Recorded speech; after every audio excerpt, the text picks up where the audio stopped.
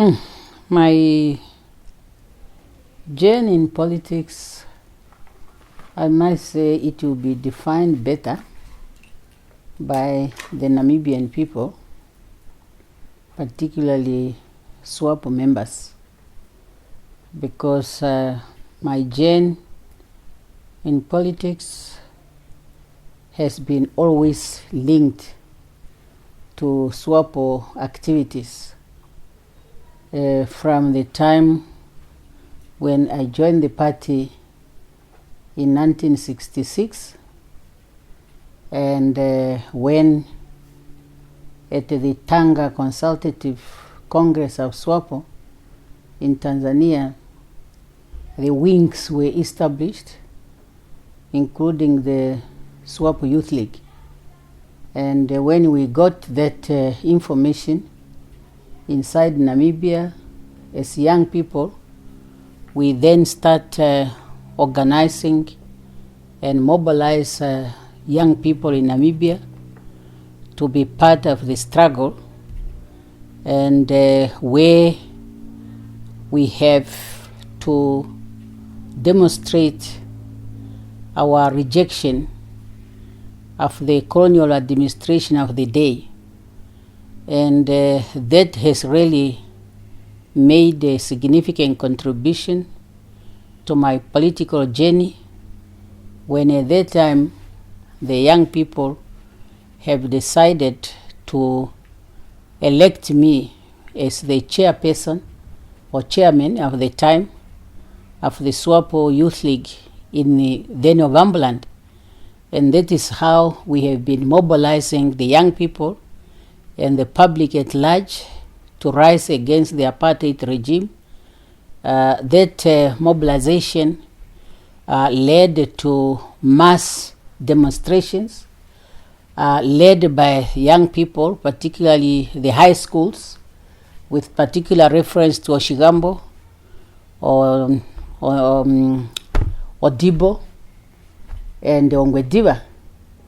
And all this being done by the youth, I was then given that responsibility to provide political leadership until 1973, when there was mass arrest of young people, including myself. And upon release, 1974, lucky enough, there was a coup in Lisbon, and things were easing up in Angola. So we then decided to leave the country.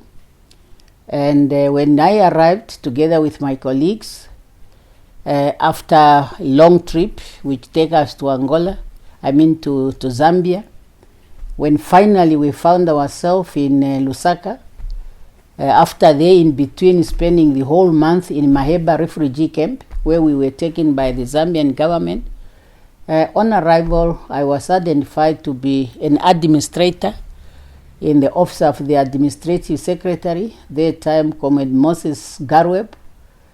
And that again has added to the steps that I'm moving on my political journey until the time when I was made the deputy chief representative of Swapo in Zambia, deputizing Comrade Chirumbu, and then later chief representative.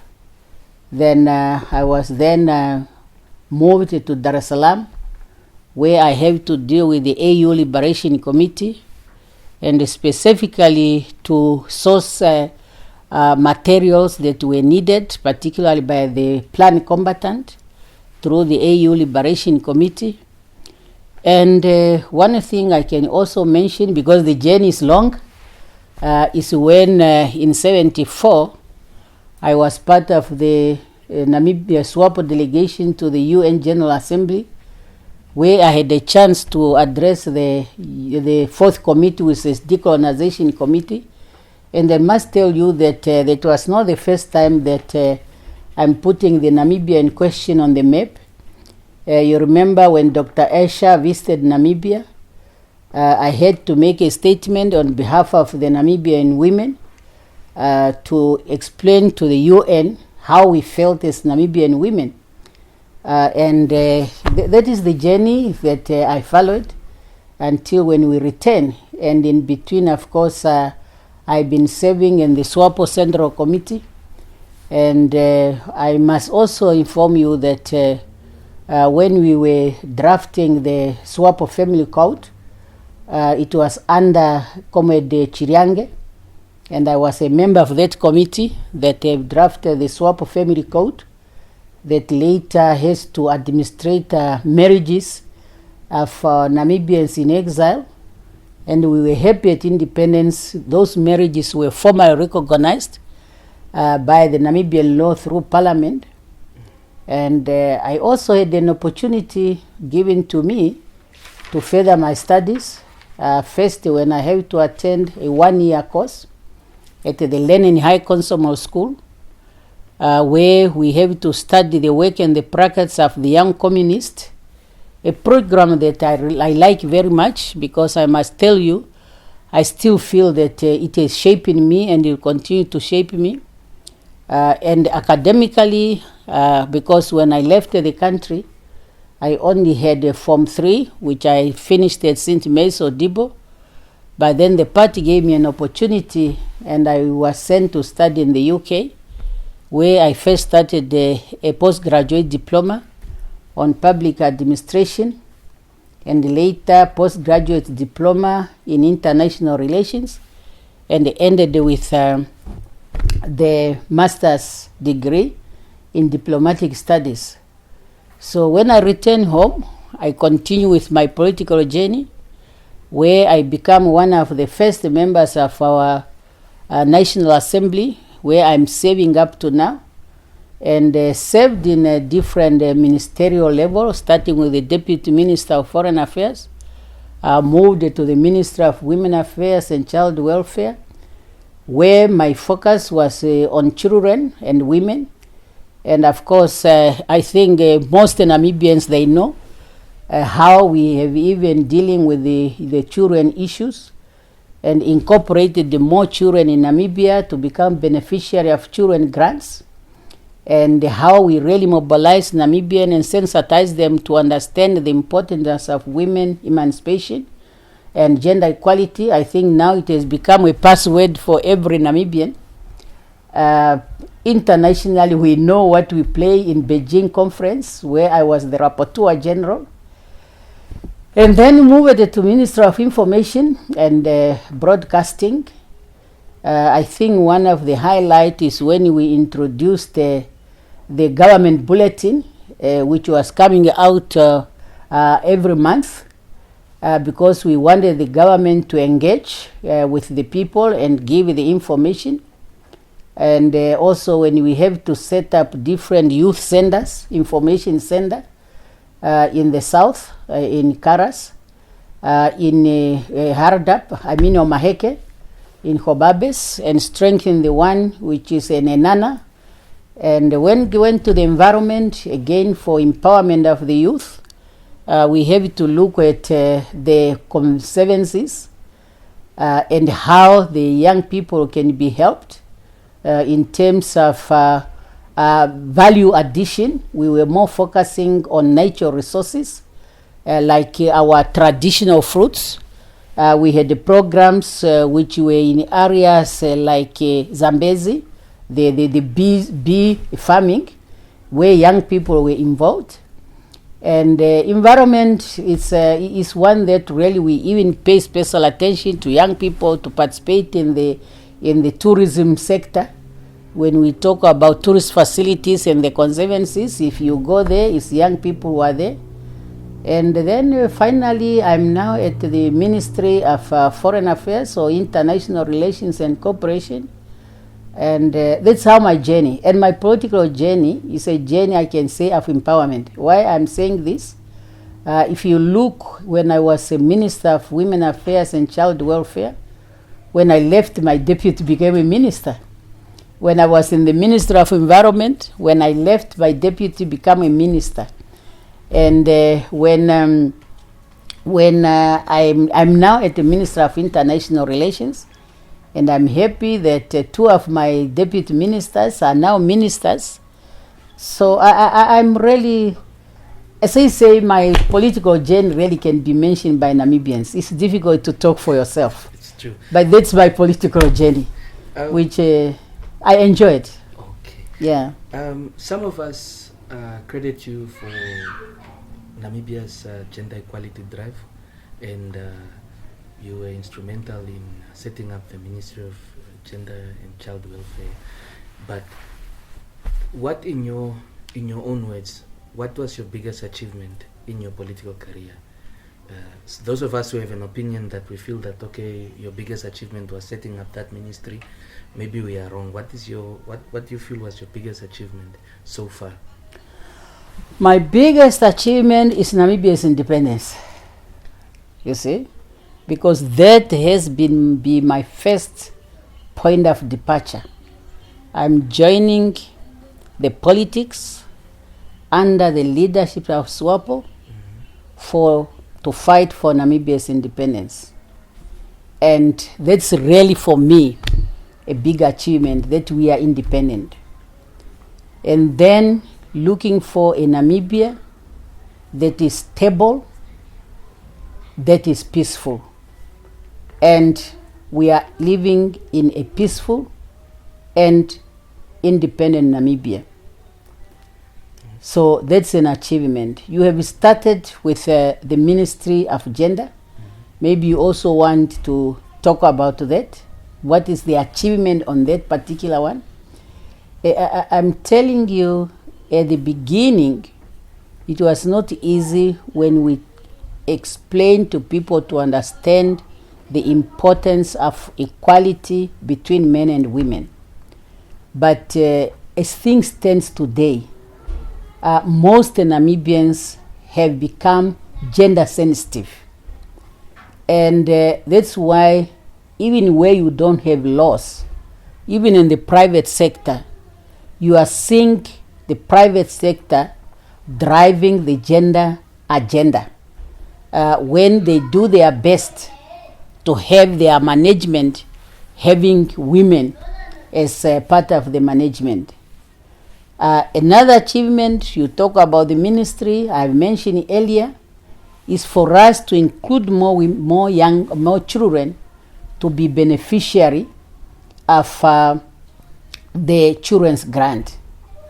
And if you recall, when I was appointed as a Minister of Women Affairs and Child Welfare, my first statement was, I don't want to leave this ministry without working hard to ensure that early childhood development should become part of the main education. And we have achieved that. Now we have a zero grade, which now has to be implemented in our curriculum. And that has been my dream. And I must tell you, to do that, we have even to go to go a step by having a consultant working together with the Minister of Health, who was looking into how we can integrate pre-primary school into the mainstream. So for me, that's really an achievement that I felt we need to, because I believe that pre-primary is the basic of one's career. And if you have a weak starting in your education, it will be very difficult for you to move forward. So independence of Namibia, peace and democracy, and at least we can talk about solidarity, freedom, and justice. So those are the main principles that we have been following from the day one joined Swapo to the day when you continue to be in Swapo party. You talked about how Namibia is now, Namibians are now gender sensitive, and you know how we now accept more women in leadership, including the private sector. Now we see that former President Nyoma and retired General Martin Shali, they said Namibia is now ready for a Namibian president, a female president, a woman president. Being one of the senior leaders in Swapo over the years, and now being the vice president of the party, are you ready to take the step to contest for the presidency? Yeah, I must tell you that in our system, particularly referring to the Swapo system, it is the Swapo members who decide as to who should be their next presidential candidate. And throughout my political journey, I have never refused a task given to me by Swapo. And I must tell you that when Swapo gave me a task, I have been always, and I will continue, to put all my efforts into that task, to perform it in the best interest of Swapo members and, of course, the Namibian at large. So if at one point Swapo member decide and they say they will give me that task, as I took up all the tasks that were given to me, I'll take it, particularly because I know that I'm given that task, but it's not to perform it alone. I always believed on teamwork, and that is what made me to achieve what I have achieved, that made it possible for Swapo members to continue giving me responsibilities. Let's talk about your leadership style. People at the ministries that you work on have said that you are very hands-on. We just want to know, and you mentioned now that you are not going to be alone. How do you see your leadership style?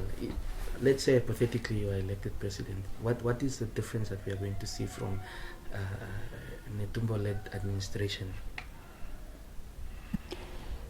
You have already said that those who work with me in those ministry, they have talked about my leadership style. Yes, you must know what is happening in the institution where you are, leave alone when you are leading that institution. Because as a leader, unless you know what is happening, you will not be able to lead. And you do it in a way that you are also building confidence and trust among the people you are working with. And that is the way you can manage any public business. Because if you are not making yourself to know what is happening, then you... because when you are in a position of responsibility, there will be a lot of information that will come to you. And if you are not trying to understand all this information, and at the end of the day, the final decision is yours, you might take a decision that you did not reflect fully, simply because you did not make yourself familiar with what is around you. So definitely you cannot say you know each and everything, but you must always have time to get more clarification and to understand what is happening. And it's not that you are heading a family where you are 10, you are 5, or you are 15. So that's why in the ministries where I am, where you are dealing with 500 people or whatever, you must know what is happening. And it's the same. If you are now, it's even worse. When you are in charge of the country, you have to know. And it's even to be broader. It is what is happening in Namibia, what is happening outside, because now you are the final say in what is happening in your country, and that's why it's necessary that you must know what is happening. You listen to people, you read, you make your own research, you understand the world around you, you understand the people around you, and in that way, you'll be able to guide, provide leadership, and let things and make things to be done in the interest of the people. And I'll keep underlining that word, because when you are in the position of responsibility, you are doing everything in the best interest of the people. And unless you know what is happening, that is not going to be possible.